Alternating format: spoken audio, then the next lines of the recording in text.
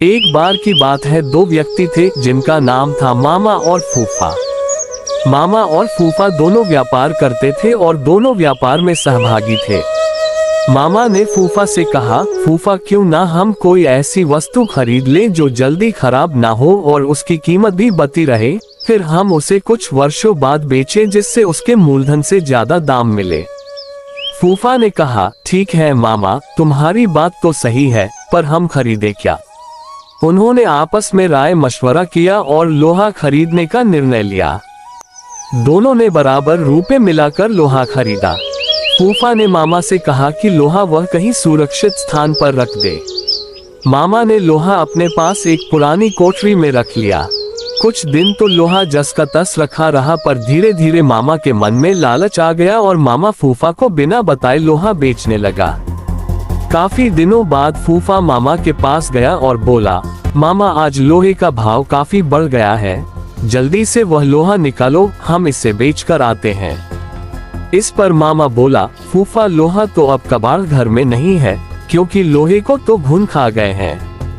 फूफा समझ गया कि मामा ने उसके साथ धोखा किया है और उसे बिना बताए सारा का सारा लोहा बेच दिया है।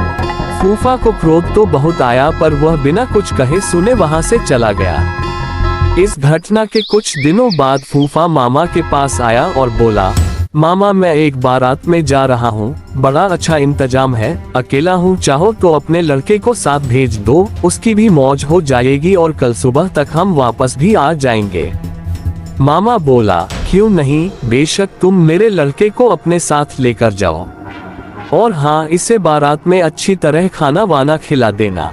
फूफा बोला, ये भी भला कोई कहने की बात है मामा, तुम निश्चिंत रहो। इस तरह 2 दिन बीत गए। मामा का लड़का अभी तक घर वापस नहीं आया। मामा को बहुत चिंता हो गई कि अभी तक उसका लड़का घर वापस क्यों नहीं आया है। वह अपने लड़के के बारे में जानने के लिए फूफा के पास गया और बोला, फूफा मेरा लड़का कहाँ है? वह अभी तक घर वापस क्यों नहीं आया है? फूफा ने कहा, क्या बताऊं मामा, रास्ते में एक चील तुम्हारे लड़के को उठा कर ले गई।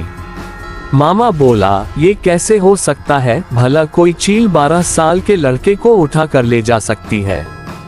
सीधी तरह मेरा लड़का मुझे वापस करो, नहीं तो मैं राजा भीम के पास जाऊंगा। फूफा बोला, ठीक है मामा, चलो राजा जी के पास चले, अब वही न्याय करेंगे। मामला वहां के राजा भीम के सामने पेश हुआ। राजा भीम ने सारी बात सुनी और आश्चर्यचकित होते हुए फूफा से कहा, देखो फूफा, तुम झूठ बोल रहे हो, भला कोई चील 12 वर्ष के लड़के को उठाकर अपने पंजों से आसमान में ले जा सकती है? इस पर फूफा ने उत्तर दिया, कथा कहून कथावली, सुनो राजा भीम, लोहा को घुनन खाए तो लड़का ले गया चील। इस पर राजा भीम सब समझ गए और उन्होंने मामा को आज्ञा दी कि वह फूफा का लोहा वापस कर दे, और फूफा को कहा कि वह लड़के को मामा के पास वापस पहुंचा दे।